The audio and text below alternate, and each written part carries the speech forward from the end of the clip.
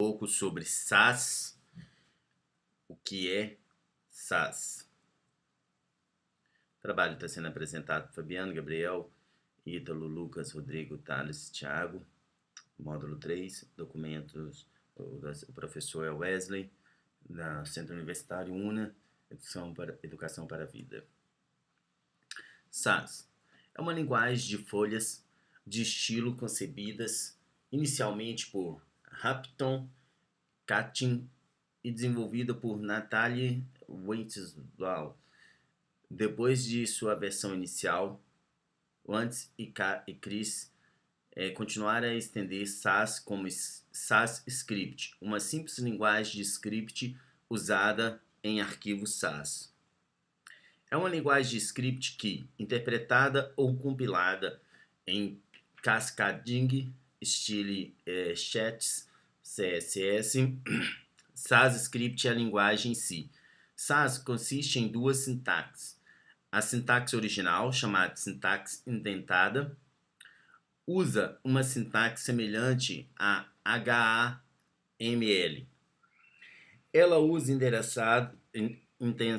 indentação para separar blocos de código e caracteres de nova linha para separar regras. Existem dois tipos de formato de arquivo para o trabalho com o padrão SAS, que são .scss e SASS. A diferença dos dois, de um para o outro, é que o SCSS preserva alguns padrões do CSS, como fechar a chave para identificar um estilo, enquanto o SAS é super limpo. SAS significa Systematical Aware Some Style Chats, ou algo parecido com folha de estilo sinteticamente demais. Por definição, o SAS é uma metalinguagem sobre o CSS, que serve para definir o CSS de forma estruturada e de sintaxe mais limpa, permitindo um desenvolvimento mais fácil e rápido que o CSS puro proporciona.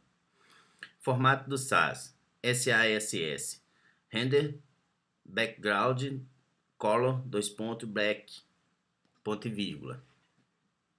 Hashtag menu, background, color, black. Como vocês podem ver, no primeiro código, você utiliza o dois pontos, indica para ele o que ele vai fazer, que é o background, né? O que vai rodar no fundo, e diz que o background vai ser preto, né? Black. Na segunda linha lá, você vai falar no menu, que o menu vai ter também essas mesmas configurações. Agora, utilizando o SCSS, você tem que abrir chave para dizer o mesmo código. Você vai dizer o render, abrir chave, fecha chave e coloca o código no meio. Ou seja, basicamente o mesmo código, mas a diferença aí você está utilizando abrir chave e fechar chaves. Como instalar? Acessando o site sas.lang.com, clique na guia Install e selecione o sistema operacional do seu gosto, Windows, Linux e Mac. Observação: o Mac já possui SASS em versão pré-instalada. Faça o download do arquivo no seu sistema operacional e prossiga com a instalação. Então, é basicamente você clicar nesse site. Aí ele vai abrir a página principal, você clica em Install. Ele te passa algumas informações e você escolhe seu sistema operacional aqui para fazer a instalação. No meu caso é o Mac, eu deveria utilizar essa guia de instalação que está descrito aqui. Né? Para quem vai utilizar o Windows, seria essa guia, e para quem utiliza o Linux, essa guia. Voltando no slide. Após finalizar a instalação, abra o terminal ou prompt de comando no seu sistema operacional, digite o código ginstall SAS e pressione Enter. Esse comando irá instalar o SAS em todas as suas dependências.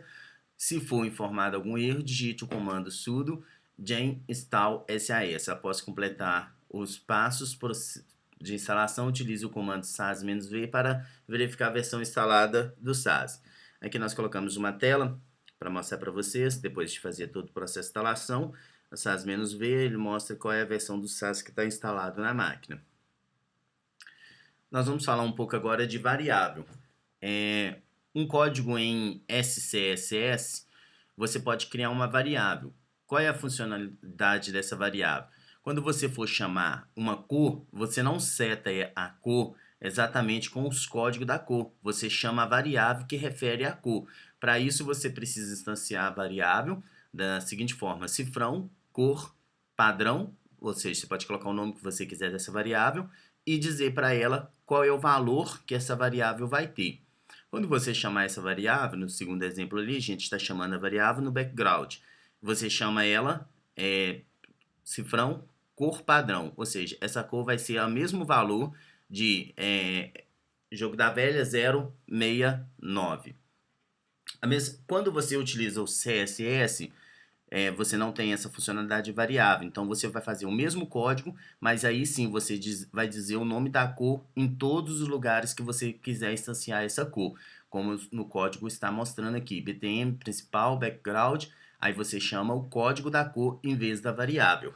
Essa é a diferença padrão de SCSS com CSS.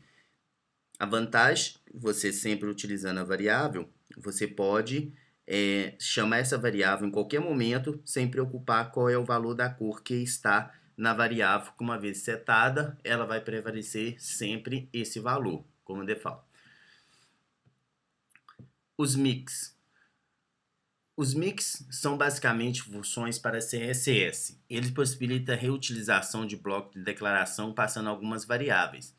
No SASS, você utiliza a diretiva @mix para definir os mix e @include para as utilizar. Você pode usar, por exemplo, para declarar dependentes, ainda de código específico para vários navegadores. Vejamos para a criação do block-round em utilização em um botão. Então aqui eu coloco um exemplo aqui para vocês verem, declarando com mix e utilizando, e no outro código é o que vai ser compilado.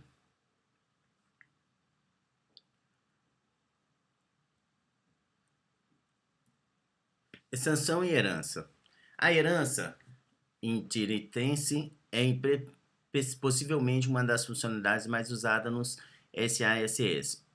E o uso da extensão extends, possibilitando o compartilhamento de blocos de propriedades de CSS. Esse processo é interessante para seguir o máximo de dry do not repeat usef, ou no se repita.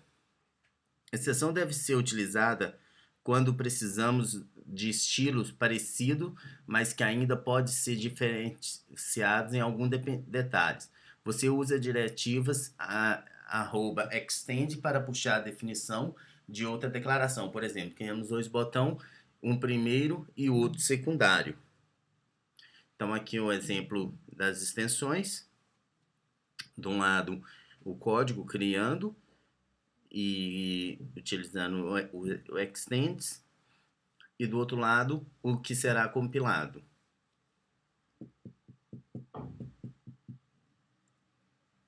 Alinhamento. O SAS tem uma funcionalidade bem legal que é de alinhar as regras de CSS. Para que você não precise ficar se repetindo, o alinhamento é uma excelente forma de organizar melhor o código e facilmente entender quais regras se aplicam a que parte do código. Além disso, um resultado interessante disso é que você tem menos probabilidade de ficar se repetindo e criando regras conflitantes. O exemplo tradicional para essa funcionalidade é o da lista. Colocamos um exemplo aqui de lista e temos uma observação. Uma recomendação geral é não avançar para mais de 4 níveis, senão o código pode ficar um pouco confuso. Aí depende de cada desenvolvedor, se você conseguir entender, tudo bem, se não, tem essa recomendação. Ali nós criamos um código de lista, correto? E nós vamos postar esse vídeo no YouTube, nossas referências bibliográficas. E é isso, pessoal. Agradeço a todos, uma boa noite.